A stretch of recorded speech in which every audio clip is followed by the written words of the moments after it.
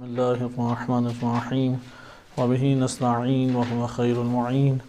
وصلی اللہ علی سیدنا محمد وآلہ الطاہرین صلی علی محمد۔ شعبان کے آخری ایام چل رہے ہیں جس میں رمضان المبارک کی خصوصی تیاری کا ہمیں حکم دیا گیا ہے۔ نبی صلی اللہ علیہ وآلہ وسلم سے ایک خطبہ جسے بعد میں خطبہ شعبانیہ سے تعبیر کیا گیا صادر ہوا ہے ائمہ اہل بیت علیہم السلام کے طریق سے، اور اس خطبے کو شیخ صدوق رحمۃ اللہ علیہ نے اپنی کتاب الاعمالی عیون اخبار الرضا اور فضائل الاشہر الثلاثہ میں نقل کیا ہے۔ جہاں تک عیون اخبار الرضا کا تعلق ہے تو اس میں اس خطبے کی سند ضعیف ہے، چونکہ اس میں راوی آتے ہیں ابن ابی نقاش ان کا نام ہے غالباً، کہ ان کے وہ مجہول راوی ہیں جن کی توثیق کتب میں وارد ابن نقاش نام ہے، ان کی توثیق وارد نہیں ہوئی۔ لیکن جو عمالی شیخ صدوق عمالی میں جو روایت نقل ہے اس کو اکثر نے معتبر قرار دیا ہے، البتہ یہ سند کے اعتبار سے بحث ہے، آیا یہ خطبہ واقعاً نبی صلی اللہ علیہ وسلم سے صادر ہوا یا نہیں، وإلا اس کے معنی ہمیں یہ ضرور خبر دیتے ہیں کہ بلا شک و شبہ یہ نبی صلی اللہ علیہ وسلم کی ذات کے علاوہ یا معصوم ہستی کے علاوہ کسی سے صادر نہیں ہو سکتا، اس کے معنی ہمیں بتاتے ہیں۔ یعنی ہمارے پاس متن کے اندر قرائن ایسے موجود ہیں جس سے ہمیں یہ یقین اور اطمینان حاصل ہو جاتا ہے کہ یہ حضرت صلی اللہ علیہ وآلہ وسلم ہی کا خطبہ ہے۔ لیکن ایک سندی بحث بھی ہوتی ہے، اور اس سندی بحث میں صرف یہ دیکھنا مطلوب ہوتا ہے کہ آیا یہ متن، یہ مضمون خبر، یہ مضمون حدیث، آیا یہ صادر بھی ہوا یا نہیں ہوا۔ لہذا سند کے ذریعے سے ہمیں یہ پتہ لگ سکتا ہے، البتہ فقط سند واحد ذریعہ نہیں ہے، جیسے بعض اہل حدیث یا سلفی حضرات ہیں انہوں نے یہ گمان کر رکھا ہے کہ سند کے علاوہ ہمارے پاس کوئی طریقہ کار نہیں ہے جس سے یہ پتہ لگ جائے کہ یہ متن یہ صادر ہوا یا نہیں ہوا۔ یعنی ان کی نظر میں تواتر اور خبر واحد جو صحیح سند ہوں یا جن کے ساتھ قرائن ہوں وہ ذرائع ہیں کہ جس سے صدور کا پتہ لگ جاتا ہے، کیونکہ صادر جو چیز ہوئی ہے اس پہ غور و فکر بعد کا مرحلہ ہے، پہلے ثابت تو کر دیا جائے کہ یہ صادر بھی ہوا یا نہیں ہوا امام معصوم یا نبی اکرم صلی اللہ علیہ وآلہ وسلم سے۔ یہاں پہ ہم اگر سند کے اعتبار سے بھی دیکھیں، عیون اخبار الرضا کی روایت جو ہے وہ ابن نقاش کے پہلو سے ضعیف ہو جاتی ہے، کیونکہ وہ مجہول الحال راوی ہیں، یعنی ان کا تذکرہ ہی اصلاً رجال کی کتب میں وارد نہیں ہوا ہے۔ اگر رجال کی کتب میں تذکرہ وارد نہ ہو اسے محمل راوی بھی بعض اوقات کہا جاتا ہے۔ لیکن عمالی شیخ صدوق میں راوی وارد ہوئے ہیں، اور ان راویوں کے نام آپ کی خدمت میں دوبارہ تیزی سے پڑھ دیے جائیں کہ پہلے ہیں محمد بن ابراہیم رحمہ اللہ، کہ یہ شیخ صدوق رحمۃ اللہ علیہ کے مشائخ میں سے ہیں، اور مشائخ شیخ صدوق ہونے کی وجہ سے یہ ثقہ قرار پاتے ہیں اکثر کے نزدیک، یا رحمہ اللہ کہ اگر اس کی دلالت قبول کر لیا جائے کہ رحمۃ اللہ علیہ یا رحمہ اللہ کی دلالت ایک بندے کی وثاقت کے اوپر دلالت کرتی ہے تو یہ کلمہ بھی کافی ہوگا۔ وہ نقل کرتے ہیں احمد بن محمد الحمدانی سے کہ یہ ثقہ ہیں۔ وہ نقل کرتے ہیں علی بن حسن بن فضال سے۔ احمد بن محمد الحمدانی ان کے بارے میں کہا جاتا ہے کہ یہ جارودیہ فرقے زیدیہ فرقے کی ایک شاخ ہے، اس سے تعلق رکھتے ہیں، یعنی مسلمان ہیں بلا شک و شبہ، جھوٹ نہیں بولتے تھے، اس طور پہ وثاقت ان کے بارے میں معلوم ہے، لیکن مذہب کے اعتبار سے زیدیہ فرقے سے تعلق رکھتے تھے۔ علی بن حسن بن فضال یہ فتحی فرقے سے تعلق رکھتے تھے، امام صادق علیہ السلام کے بڑے بیٹے عبداللہ افتح، ان سے ایک فرقہ چلا، اور امام موسیٰ کاظم علیہ السلام کی امامت کے مقابلے میں عبداللہ افتح کی امامت کا دعویٰ کیا گیا، تو جو عبداللہ افتح کی امامت کے قائل ہوئے وہ فتحی مذہب کہلاتے ہیں۔ علی بن حسن بن فضال خود جھوٹ نہیں بولتے، وثاقت ان کی ثابت ہے، لیکن مذہب کے اعتبار سے وہ مذہب حق کے اوپر نہیں تھے۔ وہ اپنے والد حسن بن فضال سے نقل کرتے ہیں، اور حسن بن فضال بھی فتحی تھے، لیکن بعد میں انہوں نے رجوع کی اور امام رضا علیہ السلام کی امامت کے قائل ہو گئے۔ وہ نقل کرتے ہیں امام علی ابن موسیٰ الرضا علیہ السلام سے، یعنی یہ روایت ہم تک پہنچی ہے حقیقت میں امام رضا علیہ السلام سے۔ امام رضا علیہ السلام نے پھر امام موسیٰ کاظم علیہ السلام سے، انہوں نے امام صادق، انہوں نے امام باقر، انہوں نے امام سجاد امام حسین و امام حسین امام علی علیہم السلام، ان سے نقل کیا ہے۔ امیر المومنین علیہ السلام نے پھر آگے نبی صلی اللہ علیہ وسلم سے اس کو نقل کیا، اور یہ بھی آپ کی خدمت میں بیان کیا جا چکا ہے کہ امالی شیخ صدوق، کیونکہ یہ سب سے قدیم ترین ہمارے پاس امالی میں کتابیں ہیں، ہمارے پاس 3 امالی معروف ہیں، امالی شیخ صدوق، پھر امالی شیخ مفید، اور امالی شیخ طوسی۔ امالی املا سے ہے، اپنے طلاب کو املا کرایا کرتے تھے یہ محدثین، تو وہ جو املا انہوں نے کرائی ہوتی تھی اس کو پھر خود استاد کے زیر نظر ایک کتابی شکل دیکھ کے اسے منظر عام پہ لایا جاتا تھا، جس کی توثیق استاد کیا کرتے تھے۔ لہٰذا استاد وہ اپنے شاگردوں کو حدیثوں کی سند سمیت اپنا طریق بیان کرتے ہوئے املا کرایا کرتے تھے، اور تب ہر شے کی اجازت استاد سے لینا پڑتی تھی، آیا املا کریں یا نہ کریں یہ بھی اجازت لینا پڑتی تھی۔ سماعت کی اجازت تو ہوتی تھی کہ حدیث سن لی، لیکن سن کے آگے نقل کریں یا نہ کریں اس کی بھی اجازت اس دور میں لینا پڑتی تھی۔ اگر اجازت استاد نے نہیں دی تو وہ برملا کہتا تھا کہ میں نے اس نے سماعت تو کیا ہے لیکن مجھے اس کے حافظے پہ مثلاً اعتماد نہیں ہے، اس لیے میں نے اسے اجازت نہیں دی تھی کہ یہ آگے میرے طریق سے حدیث کو بیان کرتا۔ اسے کہتے ہیں اجازہ کی نوعیتیں بنتی ہیں۔ یہ بات کے ادوار میں کتابیں نشر ہو جانے کی وجہ سے اور کتابوں کے محکم طبعات آنے کی وجہ سے پھر یہ اجازے کا سلسلہ ختم ہو گیا، وإلا یہ اجازے کا سلسلہ آج سے 100 سال تک قائم دائم تھا، لیکن کتابیں پھر بڑے پیمانے پہ نشر ہوئیں، اصل نسخے محفوظ کر لیے گئے لائبریریوں میں، اس لیے پھر یہ سلسلہ آہستہ آہستہ اجازے کا ختم ہو گیا۔ وإلا سماعت کی اجازت لینے پڑتی تھی، املا کرنے کی اس کی بھی اجازت لینے پڑتی تھی، پھر املا کر کے آگے نقل کرنے کی اس کی بھی اجازت لینے پڑتی تھی، حتیٰ کہ اس کی بھی اجازت لینے پڑتی تھی استاد کے پاس اپنا نسخہ ہے جو انہوں نے لکھا ہے، آیا میں اس نسخے سے نقل کر کے آگے پہنچاؤں یا نہ پہنچاؤں۔ یہ سارا کا سارا اس وجہ سے تھا تاکہ حدیث کا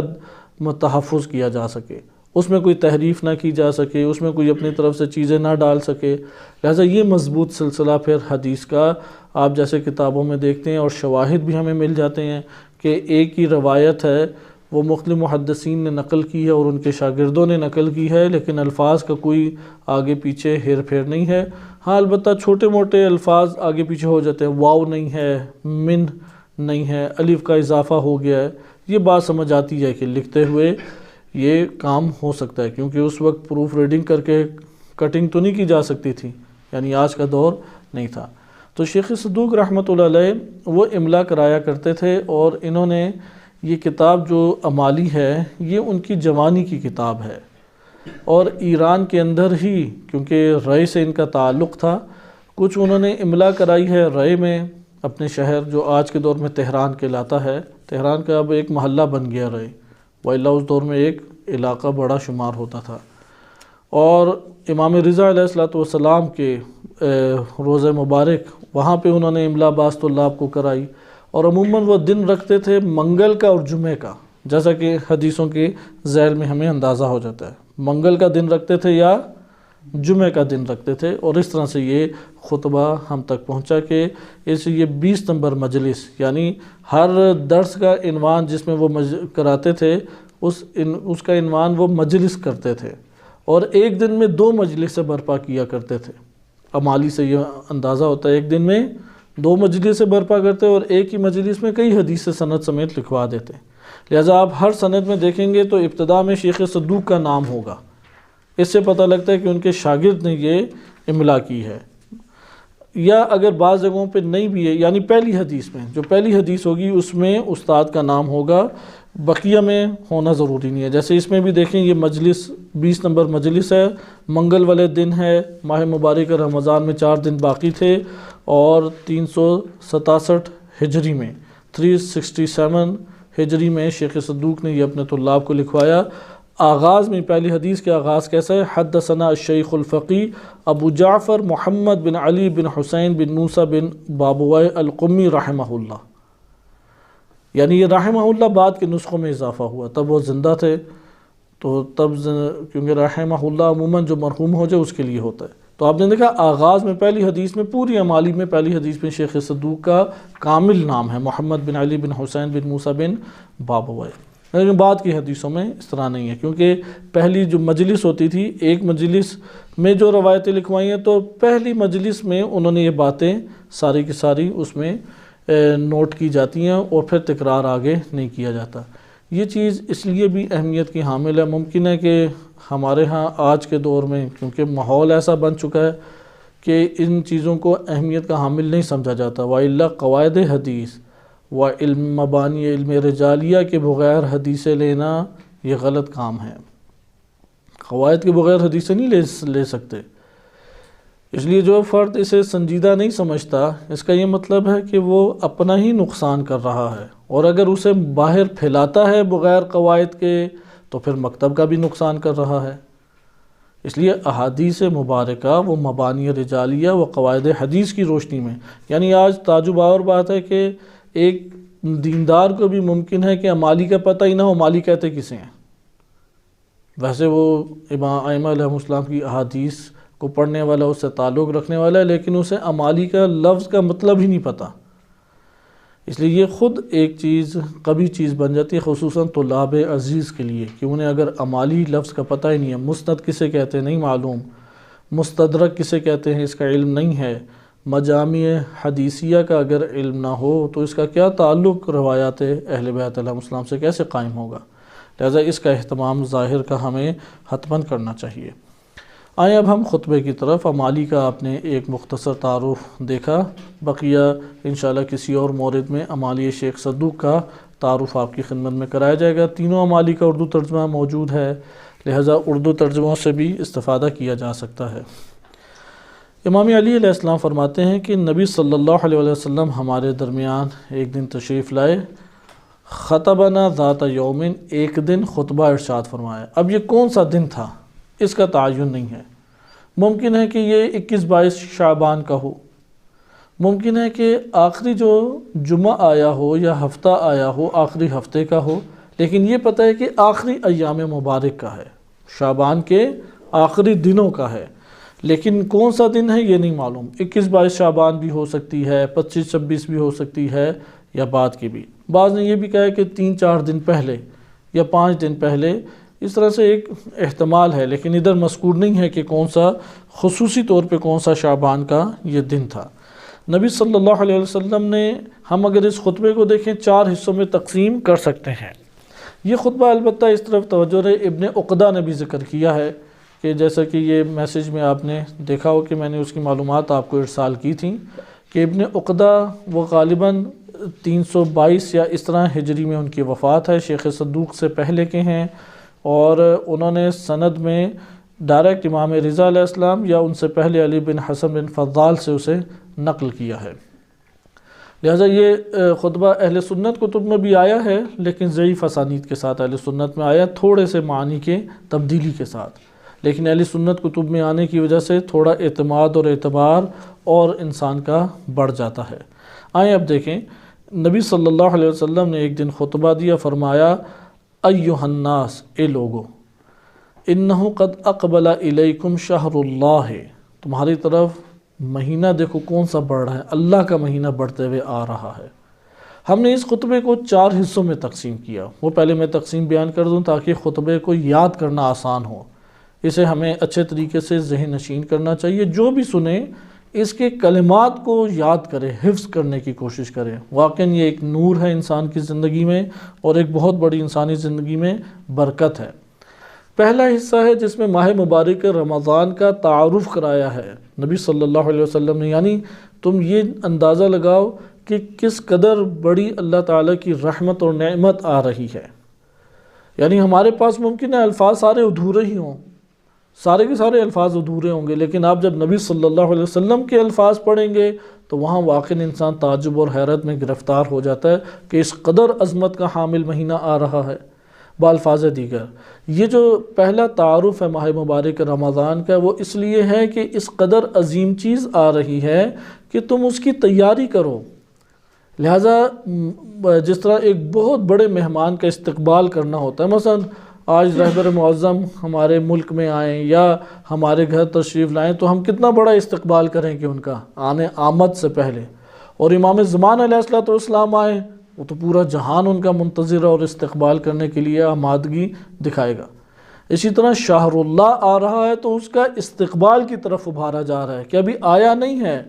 مثلا ایسا نہیں ہونا چاہیے کہ ہم اپنی روٹین لائف میں گرفتار ہیں، وہی کھا پی کے سو گئے، گھر بار کے کام کیے، اچانک پتہ لگا کل پہلا روزہ ہے، کہیں گے اچھا ٹھیک ہے پہلا روزہ تو ٹھیک ہے رکھ لیں گے۔